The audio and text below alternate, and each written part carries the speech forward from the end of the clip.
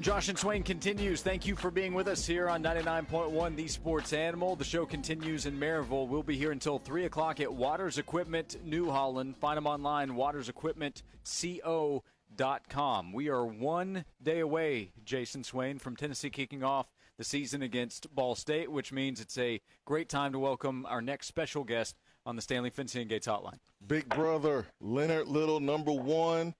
Woo, one of the baddest dudes in Tennessee football history. So glad that, L, you are joining us this afternoon. My brother, good afternoon, man.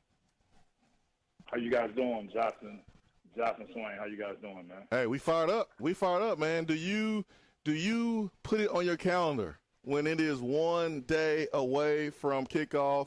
I know we got a chance to talk a little bit yesterday, but for the good people, they want to know, like, do you keep up with the countdown too?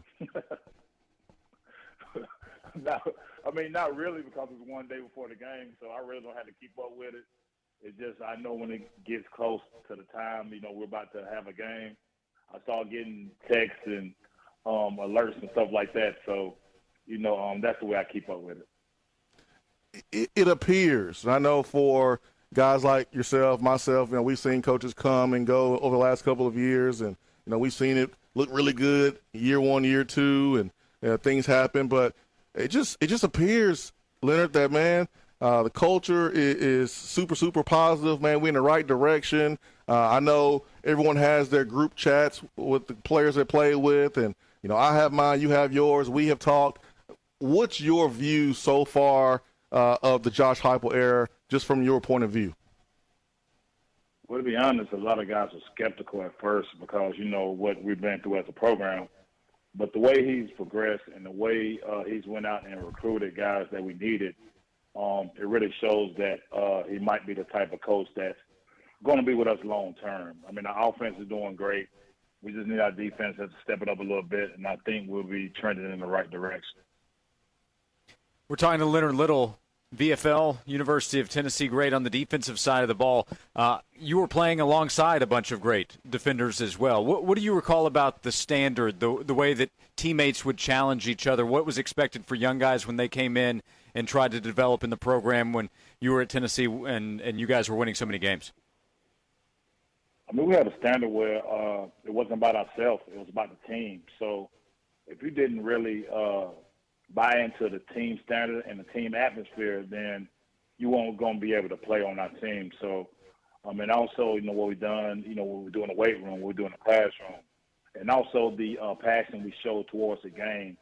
We wanted all that to trickle down to the younger players. And back when I was playing, it definitely trickled down to all the younger players, and that's why we were so successful. The hit, Leonard, the photo. You know what I'm talking about, the one where you're standing over the Auburn player. Do you have that photo mounted somewhere inside your house? Actually, no, but I really do need that photo, but I don't have it anywhere. I see it so much that I never had the opportunity to go out and try to find it, but I really do need that photo. I know you remember that play. Walk us through that play, L. Crossing route, what was going on, man? What people don't understand is I didn't even hit anybody on that play. I think it might have been cover two. I was playing middle linebacker, and I had to take the three up the seam, as you know, Jason.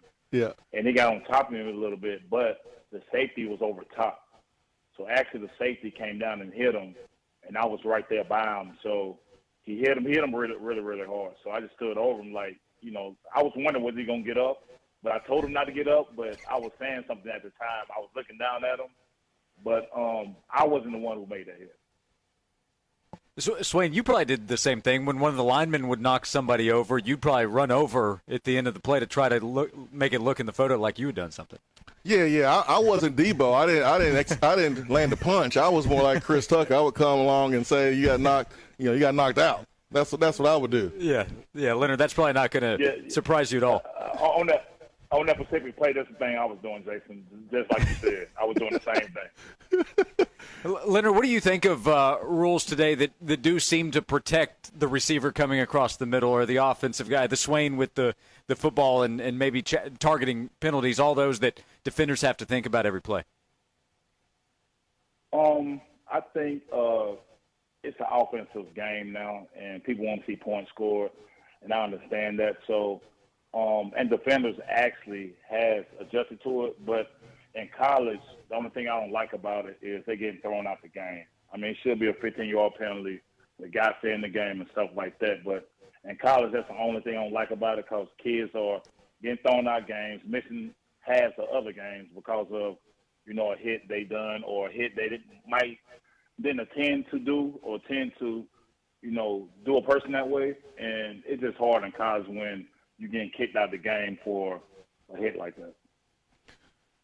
Joined by Leonard Little here on Josh and Swain. El, what did it mean for you and some of your teammates when the statue of T. Martin and other trailblazers went up last year? There was an awesome ceremony. Several teammates of T. Martin was there. You're someone that very close with them, played with them. What did that mean for you? I mean, that's meant a lot. I mean, for the history of our school. I mean, we have a great, tremendous history, and it shows a lot for our school to do that for African American players and put them on the pedestal as well. So I was very happy our school did it. I'm very happy T got T keep getting his just due and what he's done for the university. And, from there, we just got to keep moving forward. Leonard, we had a question on this show earlier asking Swain what he thinks about, remembers about playing, what he misses. We talked about the ball walk. When you think back to Tennessee, all the traditions you were a part of, the experiences you had, what do you think about first? What memories come to mind being a player at the University of Tennessee? Playing-wise, it was a ball walk and also running through the tee. It's no atmosphere like running through the tee. Even, as a former player, when you do it now, today, it's not the same because you're not playing the game. You don't have that same feeling. But those traditions are the ones that last, everlasting in my mind, is the ball walk and running through the tee, because, the fans going to be out there early. They're going to be out there rowdy. And by the time, the game starts, they're going to be at a fever pitch. So those are the, the standing traditions that I loved and, I always remember.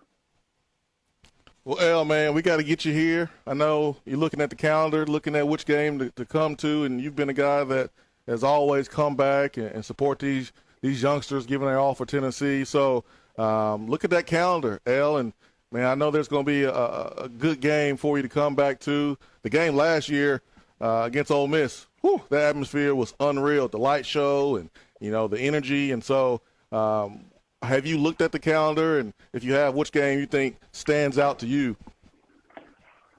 I mean, the first couple of games, I think we have a chance. If we can, start off on a good note and do what we're supposed to do, we have a chance to possibly be undefeated before we play Alabama. We possibly have a chance. So if we do that and face Alabama undefeated, I mean, I think the atmosphere will be ridiculous. But we got some game. We got to start with game one, obviously, and that's tomorrow, and keep building from there. And hopefully when we play Florida in a couple of weeks, we can hopefully get a victory with that. And I think that'll give us confidence to hopefully play well for the rest of the season. Yeah, by the way, Leonard, before we let you go, Leonard Little with us, there's always been that debate, or at least the last couple decades, Alabama or Florida, which is the bigger game? Both big games, of course, especially when you were playing. But was one the biggest for you, the biggest game to circle on the calendar from a rivalry standpoint? I mean, are you trying to say the biggest or the one we didn't like the most?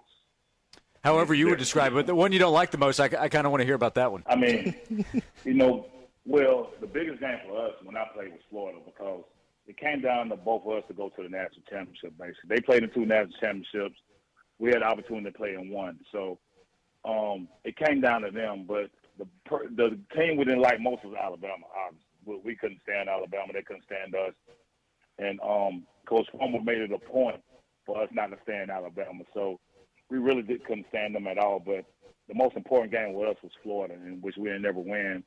But at the same time, we knew if we would have won that game, that really would have thrusted us into the national championship game, or maybe get us to a national championship. So that's the way I feel. One day to go. We are a Leonard Little day away from Tennessee kicking off the season. Leonard, this is great. Thanks so much for taking some time to join us on the show, and hopefully we'll see you in Knoxville sometime soon and get you back on the show sometime soon as well. Josh and Jason, thank you very much, man. I appreciate you, man. The real number one. Leonard Little. That's right. That's right.